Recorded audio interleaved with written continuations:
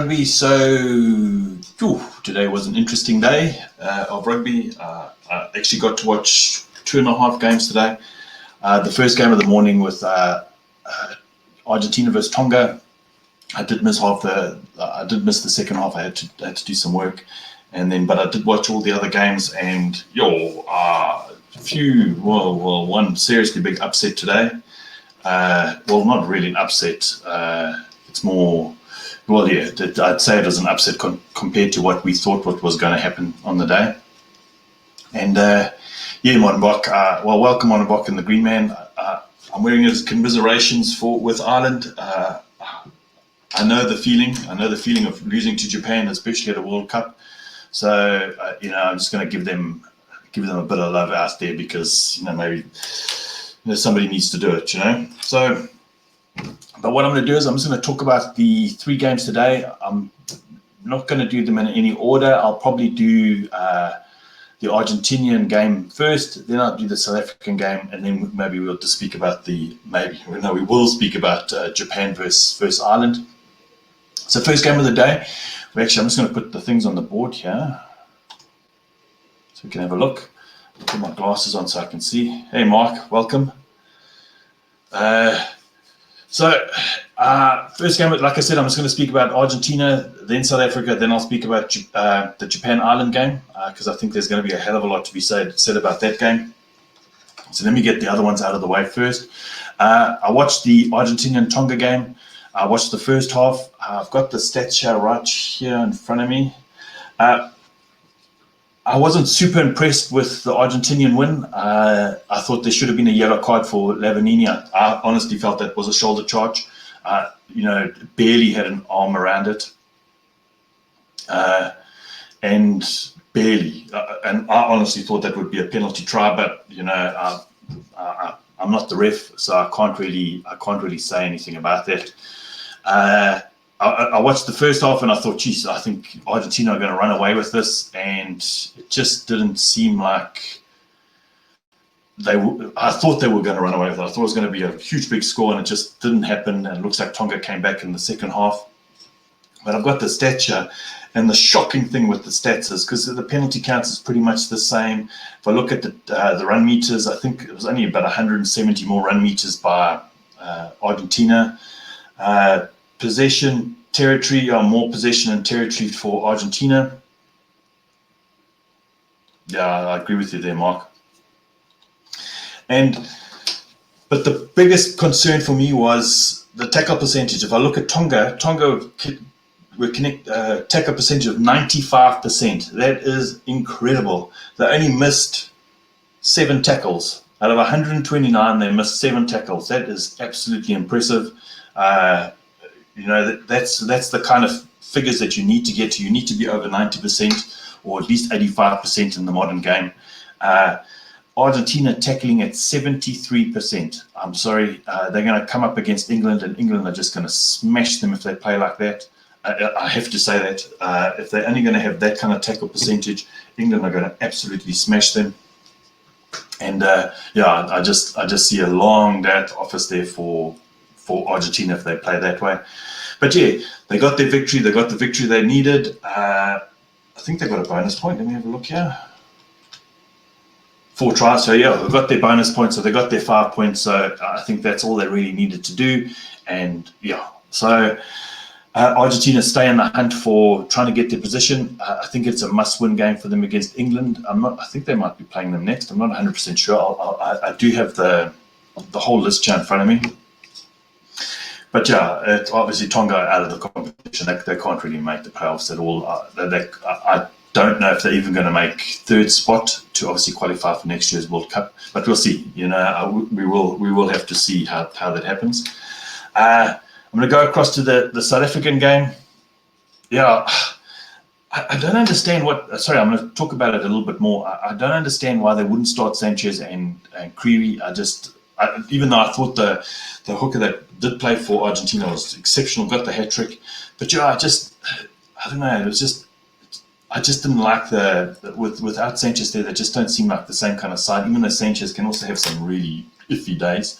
But yeah, I thought would be a lot more entertaining. I thought it would be a really big score, and it just wasn't. And so yeah, I'm a bit concerned for Argentina. I'm happy they got their win. I'm happy they got their 5 points. But we've got to see how they play against England, because I think England are gonna. I don't know. They might actually even smash them. I'm very, very concerned. Let's go to the next. Not the next game, but we'll go through to the South African game. South Africa versus Namibia. South Africa winning that game fairly comfortably, 57-3, ran in 9 tries. A real bit of a try fest. I'm just looking at some of the stats here. 562 run meters from South Africa to 158. One thing I liked about South Africa, I think South Africa played really well up to about the 60th minute. And then when the changes started coming on, I just thought the quality of the game just dropped off astronomically. But yeah, go Boks. I fully agree with that. It was great to have a victory there. If I look at possession, territory, all in South Africa's favour. South Africa, not bad, tackling at 88%. That's pretty good. So they only missed 9 tackles out of 77, which is pretty good. Namibia running at about 75%. If I look at the penalty count, very good from South Africa. Only 6 penalties, which I think is great. For a game that could have gone lots of ways, I think that's pretty good. The problem that I'm finding with some of these, yeah, I agree with you. Welcome, Sharpshooter. Welcome to the show again. I agree with you. I think it dropped off drastically when Reinach came on. I just think Jantjies is the player for us as the sub. There's just something wrong, and you're right. He hasn't gelled well with Jantjies. Jantjies is a different kind of player. He's not the same as Pollard. He plays a different game, and yeah, I was just. It just from about the 60th minute, it just seemed to drop off drastically. I almost stopped watching. If I look here, defenders beaten. I'm just going to look at some of the actual stats, the player stats. I always like to look at defending first. I think I find defending is a more telling way of how the team actually performed as opposed to attacking. So if I look at this on the South African side, actually no one really had to do a lot of tackles, but on the Namibian side, Westhuizen did 12 tackles, only missed 2. Actually, well, what do you guys think of Brits as captain? I've always liked Schalk Brits. I think he's so infectious for the team, and he really gets the team up and going. Yeah, I'm really like him. 8th man was a bit weird to see him in that position. I think it was almost like we were playing with 3 open sides, which is different. I think this game you could probably experiment like that, but I think taking on a team above them would be quite difficult. But I had a point when it came to the lower tier sides, and I don't really like to call them lower tier, but like the next rung down, is their set pieces, and they can really be dominated absolutely drastically. And it just seems quite, because I was looking at the weight of the packs, they were almost identical. It has to be a training level. There must be something that, I think so. I think so too, Ultimate Sharpshooter. I think he's an absolutely amazing player. I'm wondering if they're trying to earmark him maybe for some kind of coaching role later on. I know he's going to be joining Remgro and stuff like that. So, but yeah, overall, I enjoyed the game. I was very, very happy. It was try fest from everywhere. What do you think of Lut de Jager and Archie Snyman? I think that combination is a seriously strong lock combination. I really like the physicality that they bring. You could see when Evan came onto the field, he had to bring on some physicality. But Lut, actually, I really like Lut. I just think he's much better at the lineouts than Mostert. Even though Mostert's a tackling machine, what do you think of Lut? I like him. I think he must be giving a few headaches to Rassie but actually it's quite amazing that we can actually, our 4th choice lock is Lut de Jager. Lut de Jager would probably make any international side around the world. I agree with you there, Ultimate Sharpshooter. I think so too. I just think I've always liked lock combinations. for me, I've liked lock combinations, and I think sometimes the combinations, especially lock combinations, center combinations, you see sometimes they're normally playing at the club level. So that like the Crusaders normally have their used to be Ryan Crotty and Jack Goodhue, really good combination. The lock combination, I find they work to get better in pairs, and I think that Achias Namaloti combination is a real good combination for us. I thought Vincent Koch had an okay game. I thought Beast played really well. Really well. I'm really liking the way that Tyrera is playing. I think he's really bringing that physicality back. He's really got so much pride in what he does, and that's what we need. We don't.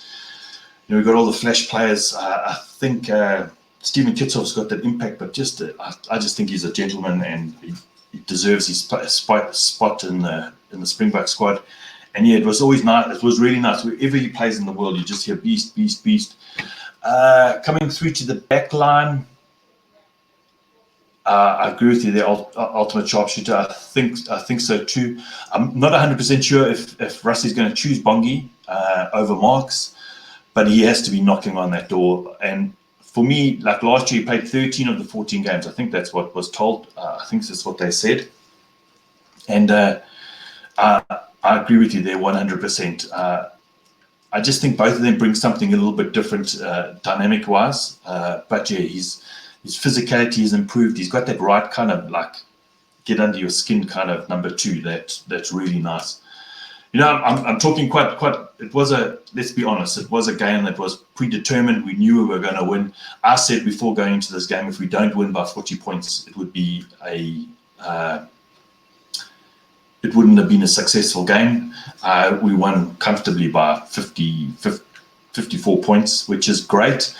But for that last 20 minutes, when teams like New Zealand really start amping everything up, and they can score easy 3 tries in the last 15 minutes or 20 minutes, I think we just let something start slipping there. But maybe they took the foot off the gas and just decided, like, let's just chill, you know what I mean? But also, I think with the changes coming onto the field, everything looked a little bit suspect. Sorry, guys, I'm actually getting a dry mouth. I need to get some water, but I'll try get through it. Joe. So I'll try get through it. So yeah, now we go on to the next game of the day. We go to Japan versus Ireland. I don't know where to start with that game. I'm going to start the conversation off this way. I think this is the way to start off this conversation. I don't bash teams. I never have. I never will. So I'm going to start the conversation off this way and say, well deserved to Japan for getting the victory. And that's all we start the conversation that way and say they were the better team on the day, they played better on the day, and that's that. Okay? I agree with you there, Mark, because I was looking at the score. It was 12-3 at one point, and then obviously the rest of the points all came from Japan, and they didn't score after that. They could not break that Japanese defense. I've actually got the stats here, and when you hear the stats, it's actually quite scary. I agree, but listen, you've got to hear the stats here. Japan, 176 tackles, 162 completed, 92% completion rate. You can't.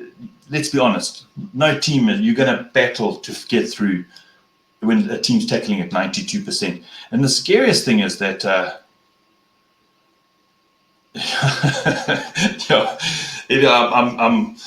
it is a big upset, but I've got commiserations because I know how it feels. So we've just got to try not to throw salt in the wound, just because we know what it feels like. We do know what it feels like to lose like that. I agree with you. It was literally, but even Ireland, a sharpshooter, Ireland were tackling at 89%. So we're talking, these are two teams that were on form. They were tackling, they weren't losing tackles. If I look at the run meters, okay, Japan of 503 run meters to 318. So they did play the game that they really like playing with Japanese. But what was found quite interesting was that they actually, it felt like they took Ireland on up front, if that makes any sense. I think the way that Ireland beat Scotland was dominance. They were up front, they were going over the gain line, they were hitting the Scots left, right, and centre, and it seemed like Ireland were trying the same thing but just not getting anywhere. If that makes sense, they just could not get, because the possession was almost identical, the territory was almost identical, turnovers conceded were almost identical. Bit high penalty count for Ireland, 9-6. So that does make it quite difficult. But I'm not going to take anything away from Ireland. I don't think Ireland played badly. I just don't think they played badly at all. I just think they didn't have the right game plan to take on England. I just don't think they. I think so too. I think the Japanese have been training like this. Mark, the Japanese have been training fast ball, coming out of those the rucks, the mauls, the scrums, everything fast.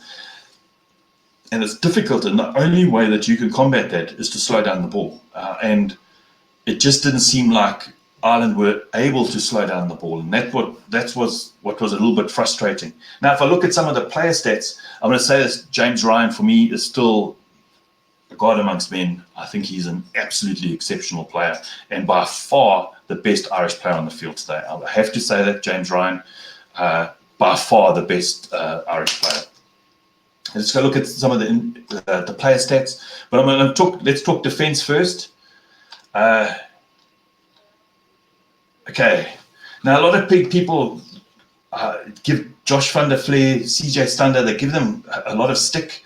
But I look at it and I think, CJ Stander, 16 tackles, no misses. Josh van der Fleer, 20 tackles, 1 miss, which is not. James Ryan, 17 tackles, 1 miss. So it's not like these guys weren't tackling. Here, the engine room where they normally tackle the most, they were doing it. But let's go across to the other side and let's take Moore, 24 tackles. Thompson, 19 tackles. This is no misses, eh?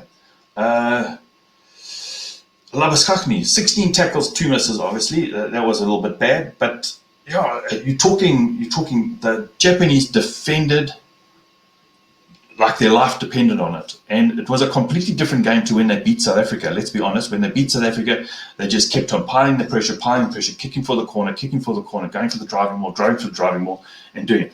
This game was won on defence. Let's be honest, they won on defence, frustrated the Irish, got their penalties kicked over. I agree with you there, Mark. I just think, I think South Africa came under a lot of flack when they played New Zealand. Felt like there was no plan B, and it felt for me today Ireland had no plan B. I think South Africans suffer from it quite badly. We normally go into a game where we think, we're just going to win.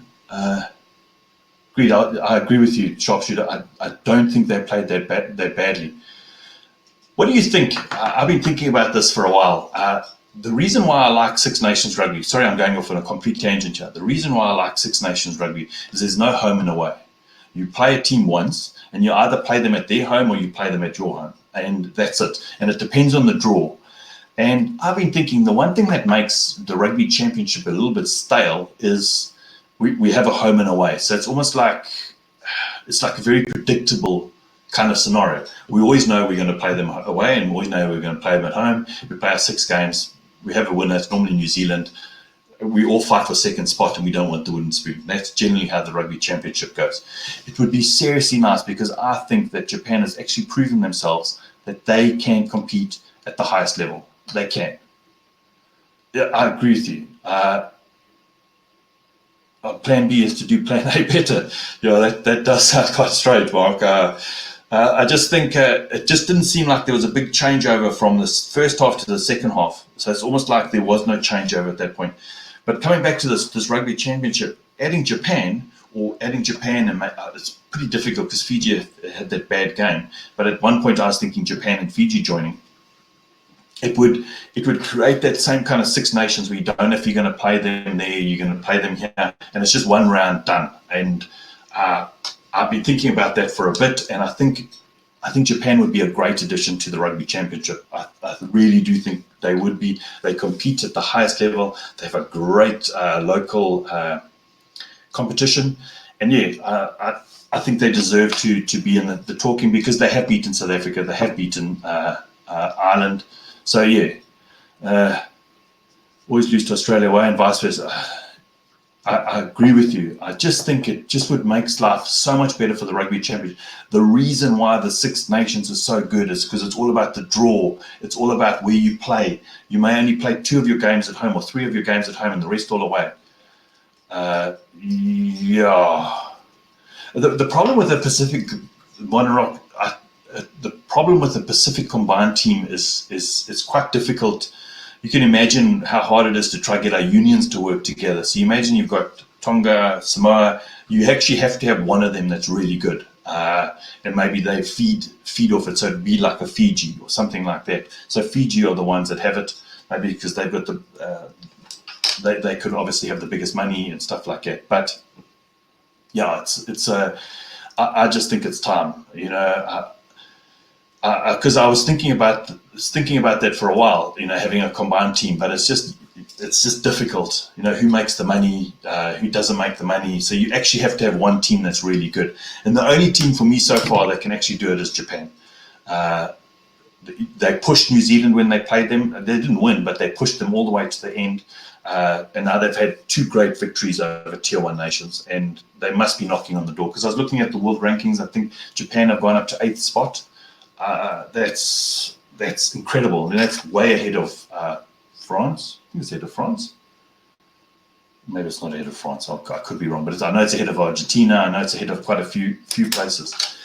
But I have to take my hat off to Japan. Well-deserved victory. I don't think Ireland played that bad, and I know what's going to happen. We're going to watch all these other YouTube channels during the week. I'm not going to mention any names, but some of the Irish-based ones, and they're going to lay into the players. And I just think it was a bad day. I agree with you. I really do there, Modenbach. I just think you can't take it away from the Japanese and say, oh, well, no, Ireland played badly. At the end of the day, Japan played with a better team on the day, and they played better. At what point do you consider them a Tier 1?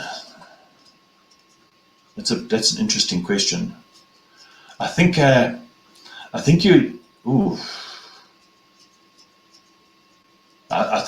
a really interesting question. When do you consider them Tier 1?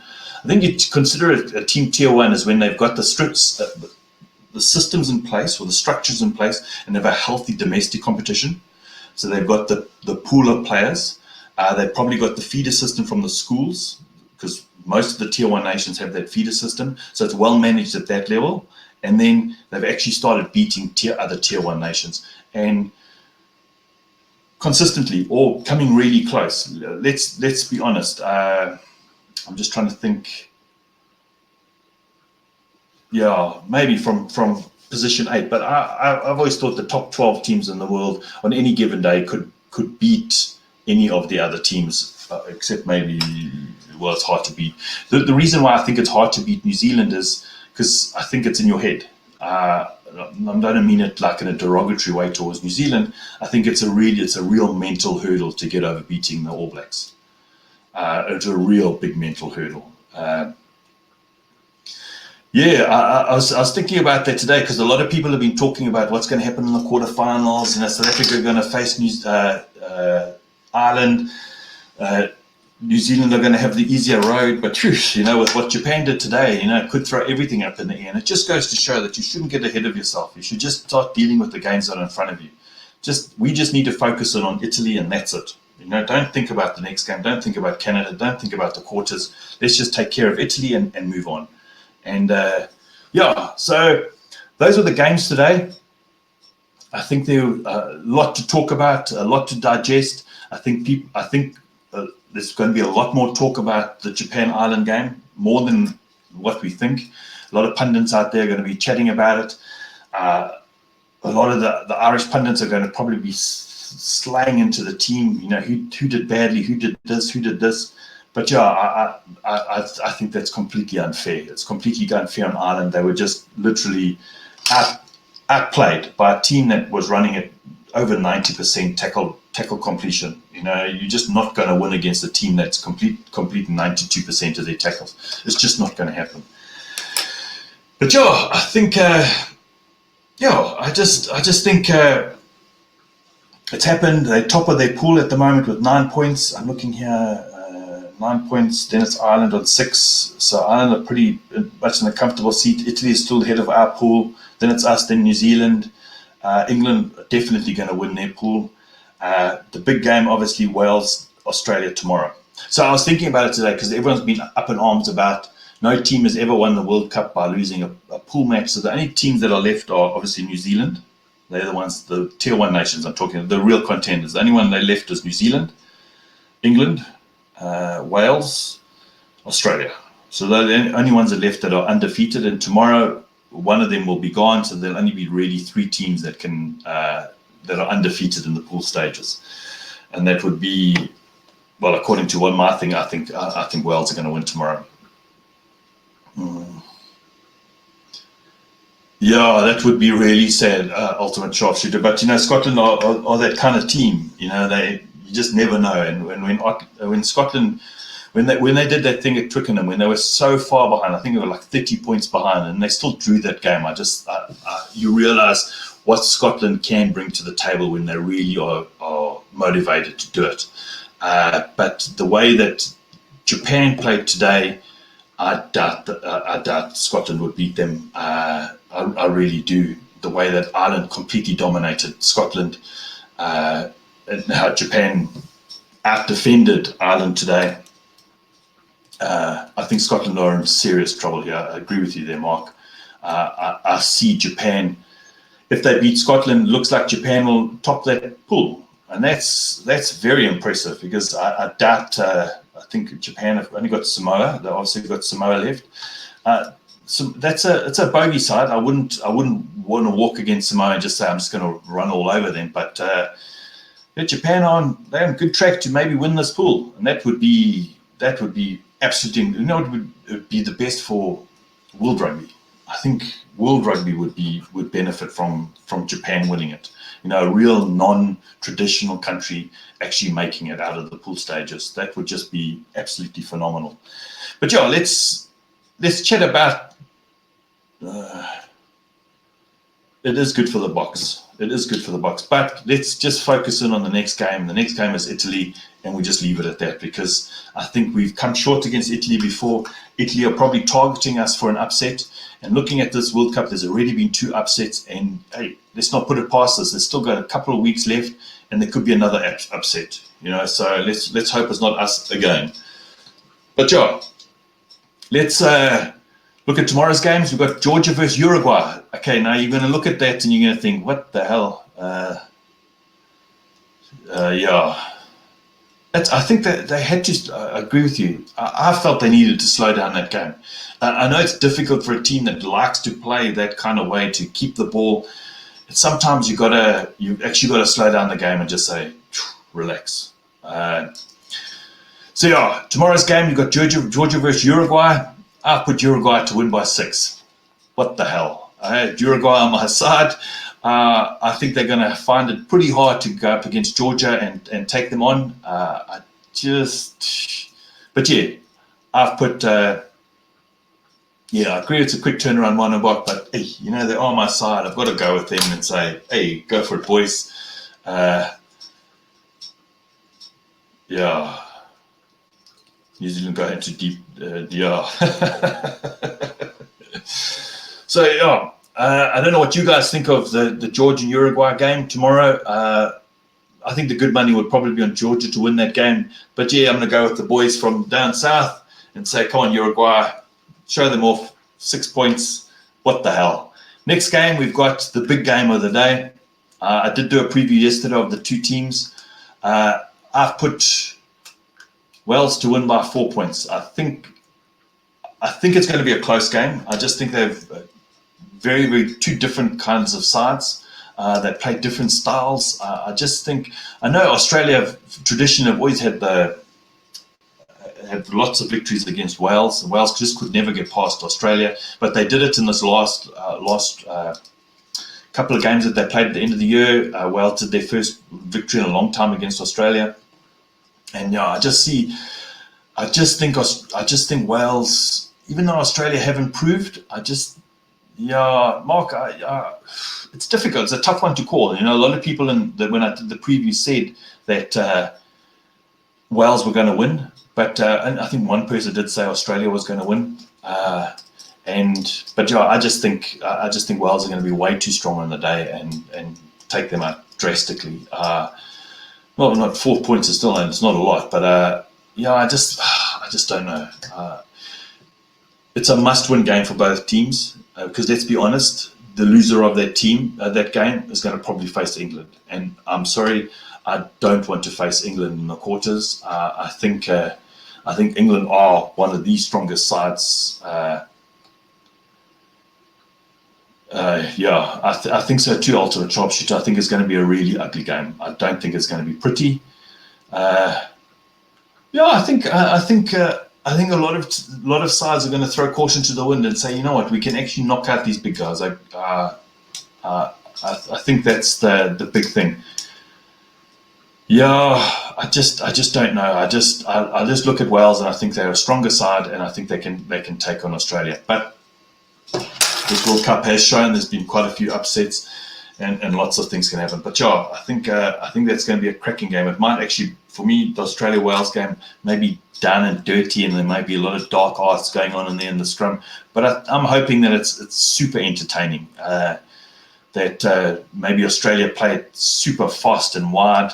I was a bit concerned about Foley playing, but we'll see. We'll see what happens. I just have a feeling that Wales are going to take them out. But yeah, guys, I think that today was what a great day for World Rugby. I think we had 3 entertaining games today. 3 games. One went against the rub. One was pretty self-determined, and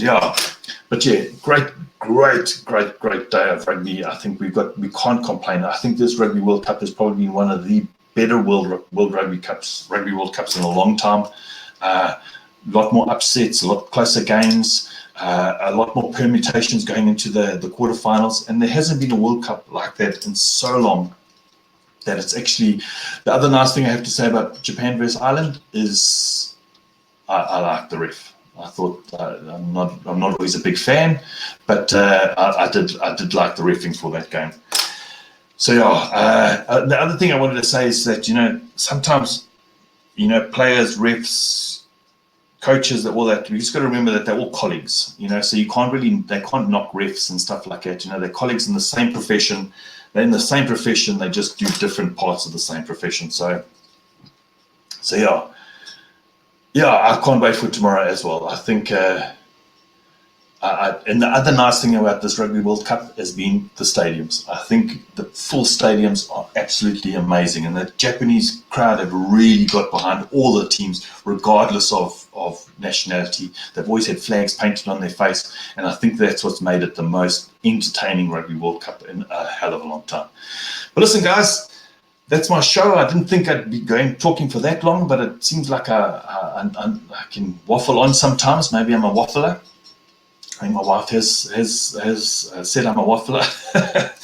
But yeah, guys, I hope you had an absolutely wonderful day of rugby. Please be kind to yourself. Have a great Sunday evening.